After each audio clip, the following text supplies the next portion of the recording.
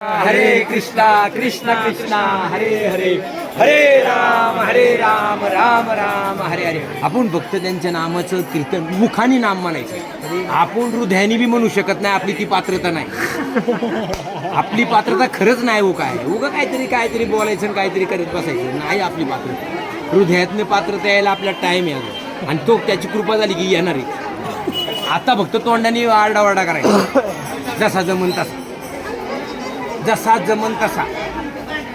आता आंबा किंवा कुठले एखादं गोड साखर तुम्ही रागात खाल्ली तर ती काय कडू लागते का? कसे बी खा तुम्ही, शिव्या देत खा.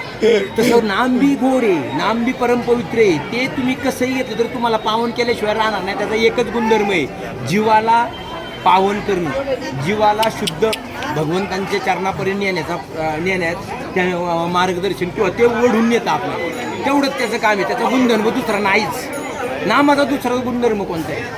त्यामुळे ते कसं बी घेतलं तरी त्याचा तो गुण दाखवल्याशिवाय